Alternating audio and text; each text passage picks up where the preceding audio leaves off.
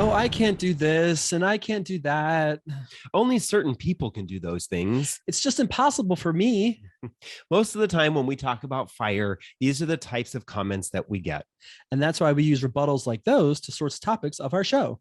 And also that's why today on Queer Money episode 321, we're hosting Court of Modern FImily again to talk about how she and her partner have both fired, that's past tense, even though they just had their second kid a year ago.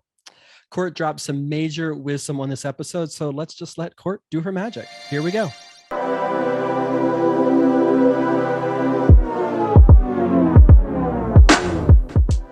So welcome, Court of Modern FImily, back to the Queer Money podcast. We're excited to have you again. Yeah, thanks for having me back. I always love chatting with you guys. This will be fun. Thank you. We were just talking that the last episode of yours we published, episode 200, was pretty much right before the pandemic started. So it's a whole new world today, right? Yeah, exactly. Actually, things have changed considerably for you. Yes, lots of things going on. I think you were a family of 3 back then. Yeah, exactly. Yeah. So so to kick off this episode, we want to let everybody know we've been covering the FIRE movement a little bit more over the last couple of several months, and it just seems that so often when we publish something, whether it's on the podcast or on social media, about fire, we always get this rebuttal or this retort that, well, for XYZ reason, fire isn't for me, or fire is only for certain types of people or certain people who are certain places in their life or who have certain conditions. And so we're trying to make more of an effort, because we know that there are some obstacles to joining the FIRE movement and succeeding at the FIRE movement, but we think that so many of us sort of create obstacles that aren't necessarily there. So we did have Homo Money on the podcast to talk about how he is firing as a single person, so you don't necessarily need to be in a couple. Well, one of the rebuttals we got was that you can't grow a family and fire, and so we didn't have to look very hard to find evidence that you actually can, which is why we decided to invite Court back from Modern FImily to talk about not only firing with a family, but firing while growing a family. Yes. And I think we'll also throw in there growing a family as a same-sex or queer couple, because we also know that we've talked about this a number of times on the podcast, the additional expenses that a lot of same-sex couples, queer couples face when wanting to start a family. So we wanted to talk about the process with you. Yes, absolutely. So to kick us off, do you mind starting, what has changed in your life? Is there anything new? Yeah, so we've expanded our family. So we were a family of 3 last we talked. We had our daughter Finn, and now we have added a second child to our little network here. So we've got Parker now, who's just about 1 year old. So we now have a 4-year-old and 4-year-old daughter and a 1-year-old son. So it's chaos in our house, even though neither one of us are going to work. Like, it's still very busy days and chaotic. So we've basically transitioned to full-time parents as our new role, right? Like, it's a 24-hour job. So we're not bored by any means. Right. Yeah. Do you have anything to do all day? I'm just sit around and watch TV, I guess. Yeah. We've gone through all the streaming platforms, watch everything. We have all the time in the world. That's awesome. So I think just you saying that sort of sparked something else in me. Is not only is it cool that you're able to fire and have that financial security, but I wonder how many people, not even so much retiring early part, but who would like to have the luxury or the privilege of both partners being able to stay at home to raise the kids.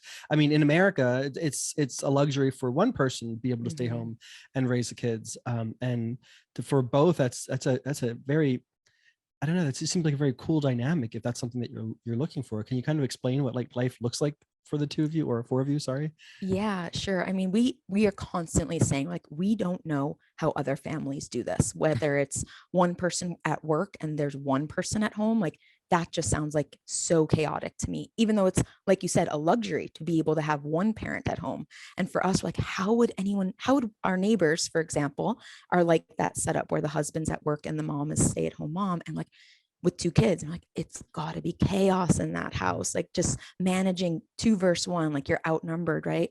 So like we are so privileged and so thankful for the things we did in our 20s to set us up to where we are now in our 30s, where we're able to do this. So yeah, we always are jokingly, you know, like, how do other families do this? Especially, you know, if there are two parents who are at work, like when do they ever see their kids? You have to be out the door by 7, 8 o'clock to get to work. And then you're not home till 5, 6 o'clock, and, you know, rushing through the madness of dinner and, you know, any extracurriculars that are going on then, and the bedtime routine, which for us takes a long time. Like we're exhausted, you know, by 8 o'clock. So we just don't know like how other people do it. We just don't get it. But yeah, so our basic typical day is, you know, we basically have what most people's weekends look like, but without the stress of having to cram everything into those 2 days off. So laundry, grocery shopping, meal prep, you know, whatever else needs to go on in those 2 days, we don't have to cram that in. So, you know, we have slow mornings where we have breakfast together in our PJs, and I'm still in my PJs now while we record this.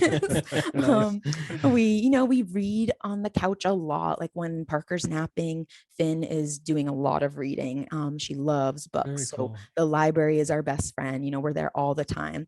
So we do lots of reading, whether it's in the morning, you know, afternoon, midday.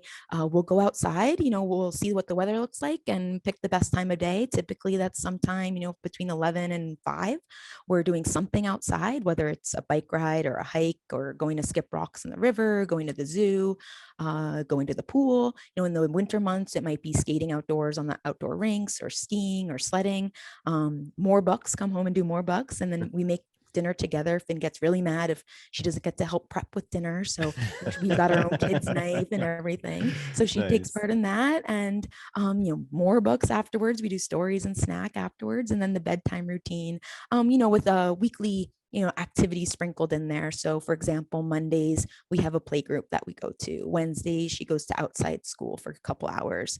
Thursdays is a preschool class and the library story time. Fridays is a drop-in gymnastics. And Saturdays is a Lego day at our library. So we have things going on. Wow, I want to go to your library. Yeah, like our library is awesome. Like there's so many more things that our library offers, and I would imagine many out there too. Like we can rent books, of course, and then ebooks and audiobooks, but puzzles and board games. And ours has a seed library where people will just drop off packets of seeds for gardening. There's tools, so you can get ladders and pressure washers and anything that you can imagine from the tool side. Outdoor lawn games, you know, ladder toss and whatever, cornhole. They have tents and camping gear. And then in the wintertime, they have snowshoes, they have hiking poles and hiking equipment. Like there's so many things that like you wouldn't think to go to your library for, you know, so then you don't need all that stuff in your house. So you're not spending the money on that, and you don't have the extra clutter of that around, you know, for the 1 or 2 times a year that you would use those things. Just use your library. Like, so yeah, like we love the library. Well, so we're Americans, and so that just sounds like socialism to me. Sharing things with other people, to know your community. First of all, I think that I read a statistic, a headline this morning on CNBC that updated the number of what it costs to raise an average middle-class child here in the United States, and it's now approaching $288,000 to raise a middle-class child from the age of birth to roughly 17 before you send them off to college or you kick them out of the house or whatever, whatever happens with them after that point. And what I was thinking about is all of the costs that are associated with children, all of the things that families have to acquire or think that they have to acquire, or things that they think they have to do, or the activities they have to put their kids in, or the away time from their kids that parents end up spending a lot of money on. And I was just listening to you describe your day and then your checkout process at the library. And you know, honestly, I haven't been to the library here in Vegas, and I think that's partly because of COVID and partly because we get our books online more often than not.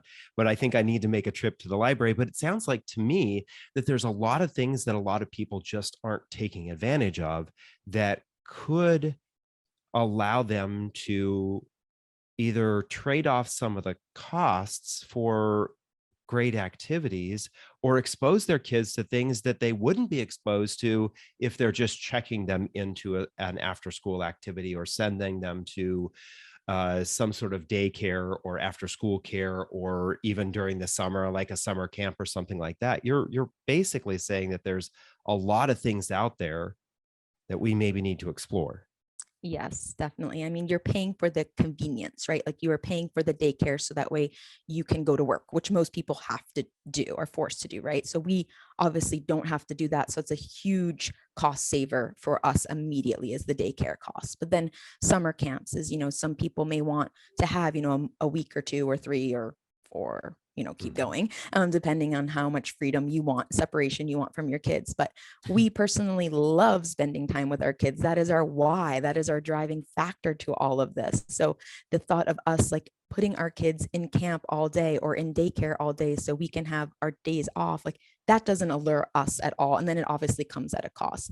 But yes, like there are so many things out there that you can do with your kids at a very low cost that you do not need to be spending all this money on. So the library is just one example, but we have so many things going on. You just have to know about them, whether that's signing up for, a Facebook group in your area that maybe other parents have, there's thousands of other parents in your town and they all are connecting and letting people know that this event is going on. So you don't have to necessarily be in the know, but know where to find the information for these things, right? And but besides that, like just go outside with your kids. That's all you really need to be doing with them. Like let them spend 20 minutes playing in the grass, digging up dirt, trying to figure out how to get the key to work in the mailbox key. Like these things do not require a lot of effort from your end, but just spend that hour outside. You're all getting fresh air. They are exploring, go find a bug and just watch a bug cross the sidewalk and see what it does. Like there's a half hour right there. They're enjoying it. It's quiet. Maybe they ask a couple questions about it. They're learning and you get a little break in that sense because the entertainment is now coming from the bug and not you, right? Like all these little things that you could be doing, like just going to a park or a playground or setting up a play date with a friend. Like they do not need to be these fancy, elaborate things. Kids just want your attention, your time, your love. So that could be just reading books from a library for hours, which is what we do over the course of a day. It ends up being 2-3 hours, $0. Like going outside, whether it's in our backyard or a bike ride, we get our bikes secondhand. So many of our kids' stuff is secondhand. Like the majority of the things that we have gotten for them, secondhand things. And to going back to the cost of things, I'm a crazy tracker. I track everything.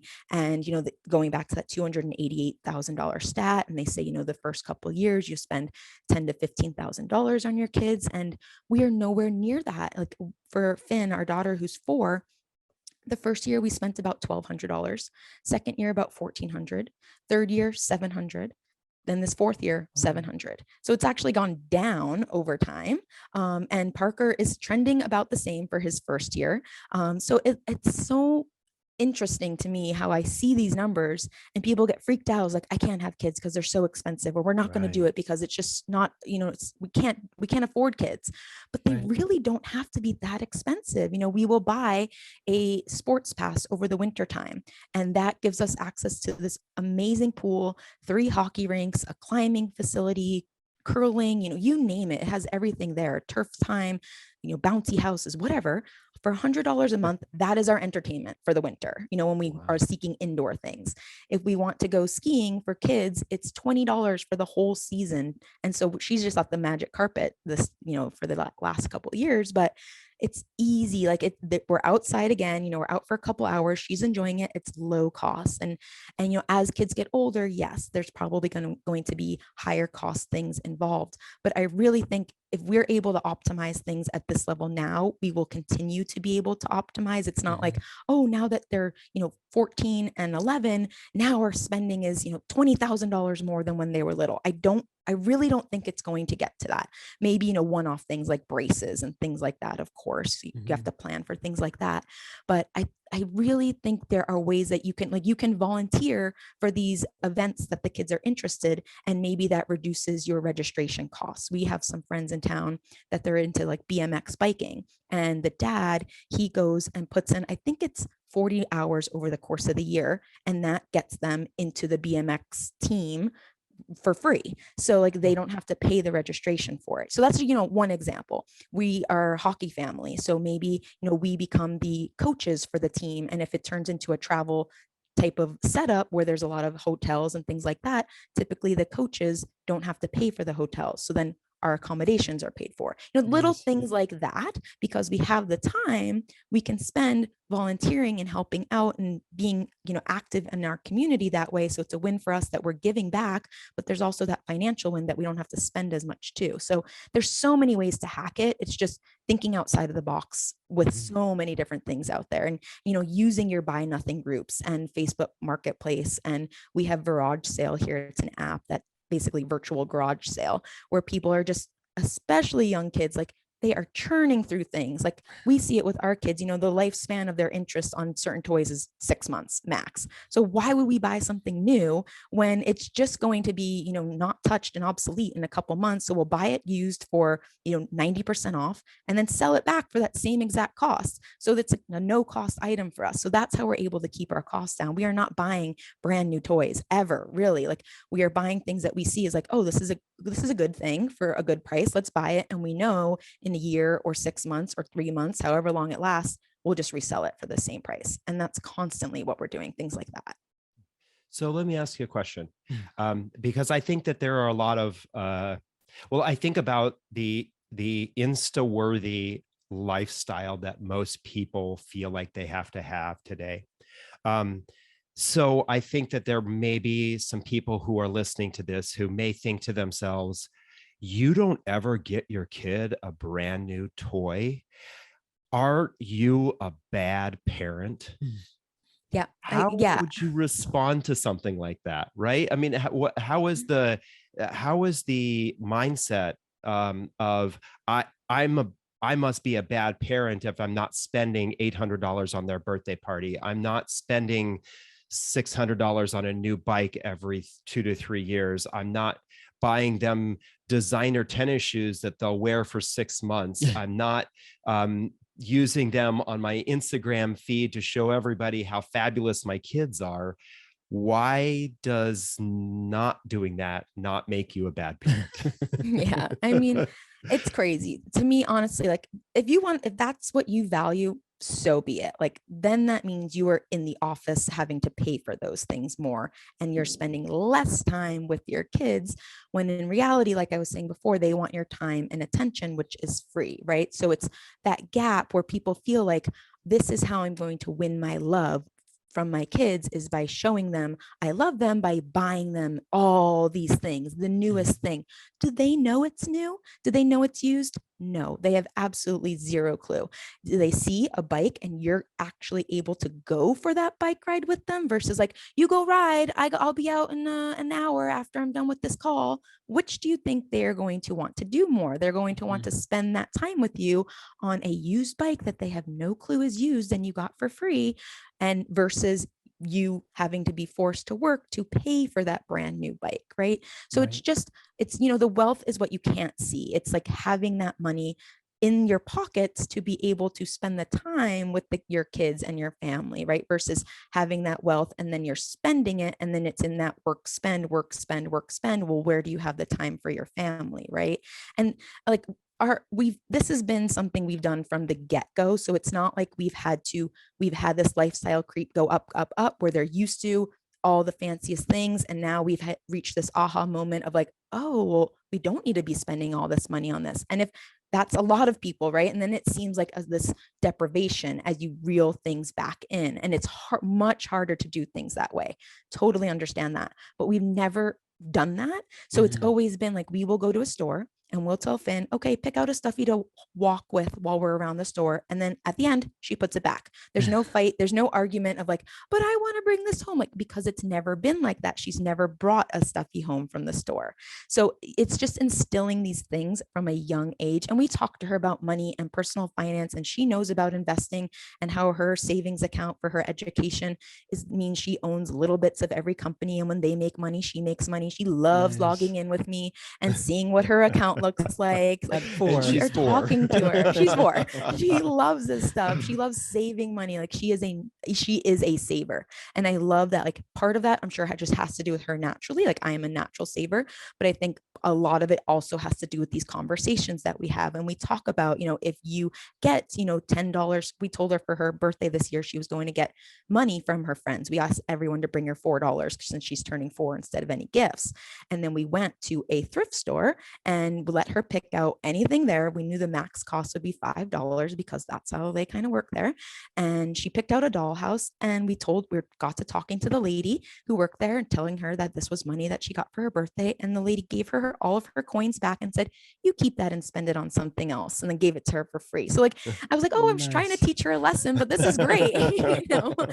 Like little kindness things is like good that.